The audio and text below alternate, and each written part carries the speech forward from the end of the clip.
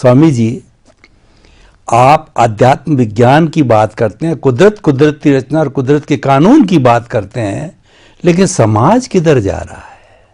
समाज का खा खा खींचूं और न्यूज़पेपर को पास बैठूं लेकर के, या टीवी मीडिया, प्रिंट मीडिया, किसी को भी, और सामान्य घरों की बातचीत की बात करें, मित्र यार दोस्तों की बात करें, तो क्या हो रहा है?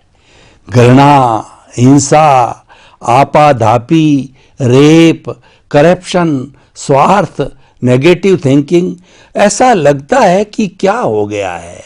यानी प्रकृति मां ने जो है पॉजिटिव जो एनर्जी जो मिला करती थी आज से 25-50 साल पहले, वो देना बंद कर दिया। बेचारी करे क्या? क्योंकि सारी नेगेटिविटी इकट्ठी हो गई, वही तो घूम फिर करके हमारे दिमाग के अंदर आती है। तो ऐसा पजल का और ऐसा माहौल बन गया है कि उसको देख करके व्यक्ति जो है, वो ज्ञान लिया हुआ व्यक्ति बड़ा पजल में रहता है। हालांकि वो अपनी मस्ती मस्त रहता है, वो दुनिया की चिंता नहीं करता है, लेकिन फिर भी आपको तो जगत कल्याण करना है, लोगों को सुधारना है, लोगों के जीवन को सुधारना, तभी अध्यात्म विज्ञान सफल हो गया। तो कृपया ये जो वर्तमान का सिनेरियो अध्यात्म विज्ञान की दृष्टि से, मैं सामाजिक दृष्टि से आप बताइए कि व्यक्तिगत दृष्टि से तो ठीक है, व्यक्ति ज्ञान लेगा, सोचेगा, करेगा, लेकिन हमको एक समाज का भी सिद्धांत, समाज का भी नजरिया सामने रखना पड़ेगा कि लोगों के गले उतरे, समझ में आवे, इसका पालन करें मोटे मोटे तौर पे। तो कृपया बताइए। बात सही है कि आम लोगों को ये विज्ञान इतना समझ में नहीं आता है, और आसानी से, क्योंकि उसके पुण्य नहीं है तो मिलता भी नहीं है। मगर उसका कारण क्या है? हम पहले कारण ढूंढेंगे। हमको इसके लिए टेंशन करने की जरूरत नहीं है, मगर कारण ढूंढकर उपाय करना अच्छा रहेगा। इनका कारण क्या है? आम आदमी क्यों ये विज्ञान न प्राप्त कर सकता है, न समझ सकता है, न उपयोग कर सकता है, न अनुभव कर सकता है? कलयुग का मतलब ही है नेचर को छोड़ना। कलयुग का मतलब ही है नेचर की वैल्यू कम करना। कलयुग का मतलब ही है भौतिक चीजों की वैल्यू करना। कलयुग का मतलब ही है प्रकृति और साधन, संपत्ति, संबंध और सत्ता की वैल्यू करना। कलयुग का मतलब ही है इंस्ट्रूमेंट की वैल्यू करना, जीवित व्यक्ति की नहीं। ये कलयुग के लक्षण हैं, और इसीलिए ये कलयुग के अंदर आसानी से लोग ऐसी बातें न समझ सकते हैं, न सुन सकते हैं, न प्राप्त कर सकते हैं। क्योंकि मैंने कहा कि कुदरत से छूट गए। आज हमारे समाज में आप इर्द गिर्द देखोगे, सुबह से शाम तक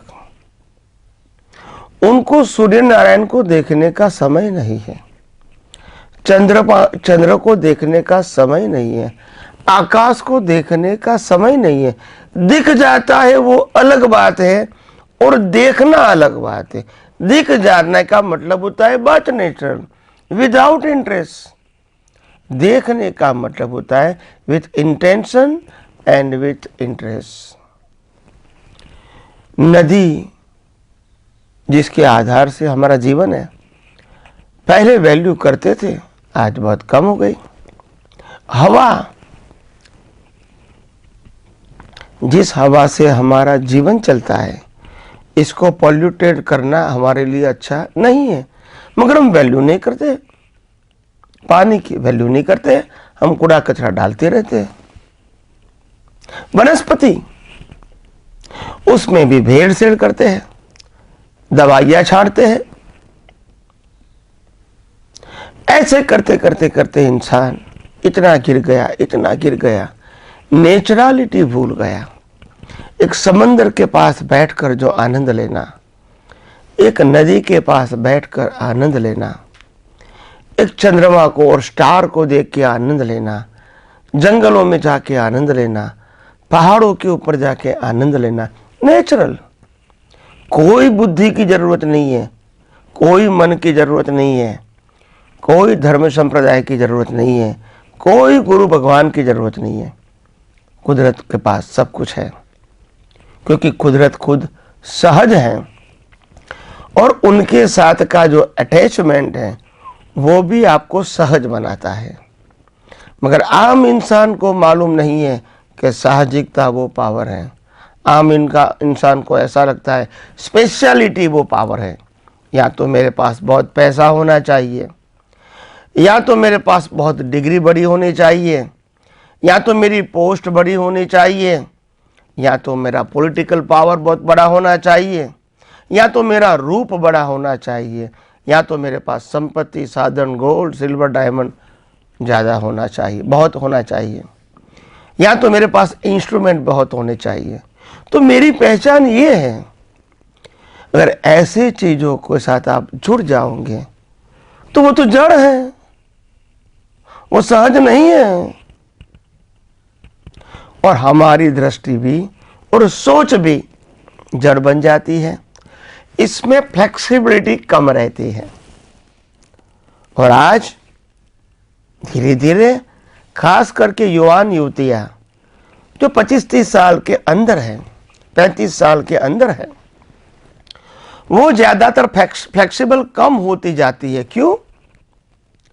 क्योंकि ज़्यादातर समय मोबाइल के ऊपर, कंप्यूटर के ऊपर, लैपटॉप के ऊपर, टीवी के ऊपर, व्हीकल्स के ऊपर और जड़ मशीनों का ऑपरेशन में ही चला जाता है।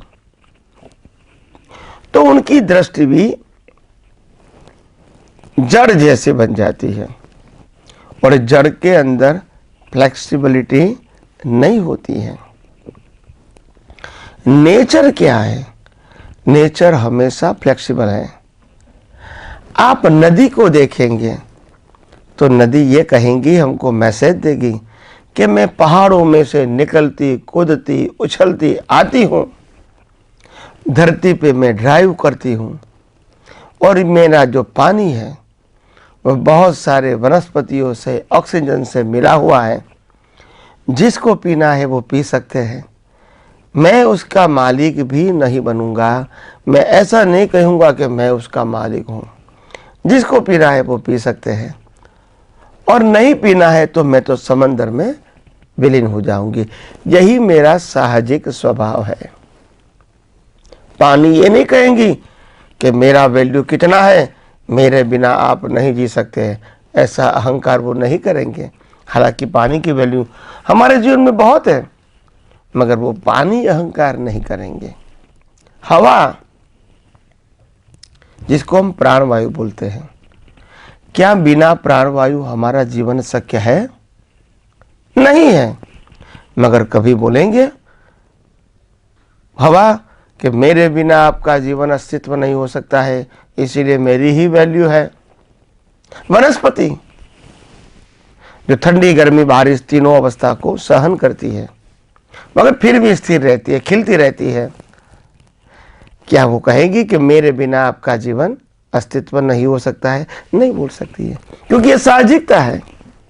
उनका जीवन ही ये है, दूसरों के लिए है, दूसरे के अस्तित्व के लिए है। मनुष्य क्या समझता है?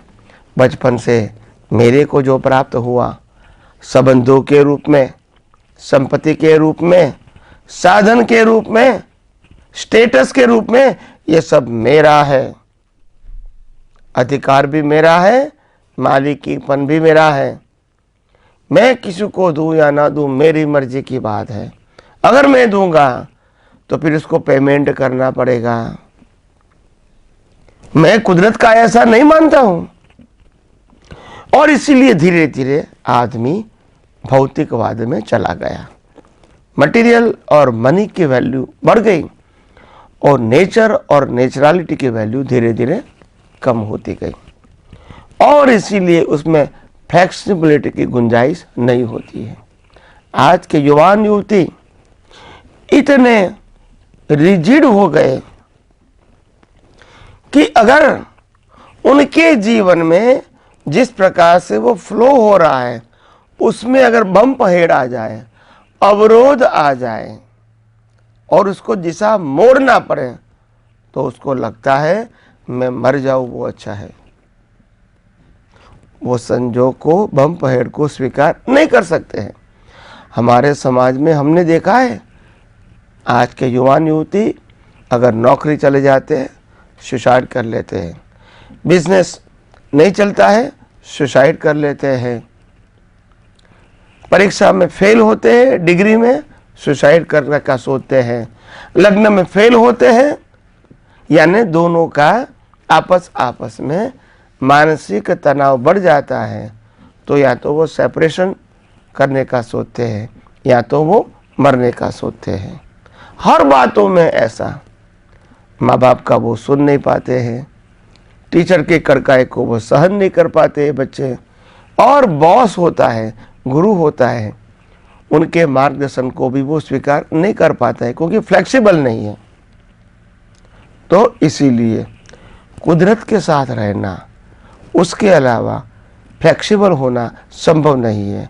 और मैं कहता हूँ आध्यात्म विज्ञान उसमें आपको बहुत बड़ा सहयोग करता है, क्योंकि हर अवस्था जो कुदरत की है उनको कुदरती रचना के रूप में ही देखो, चाहे अपना मन वचन काया हो, चाहे मन वचन काया की अवस्था हो, और 5 इंद्रियों से अनुभव में आती हुई दूसरे मन वचन काया और ये दुनिया की अवस्था, इनको कुदरती रचना के रूप में देखो, क्योंकि कुदरत ही तो सहज है।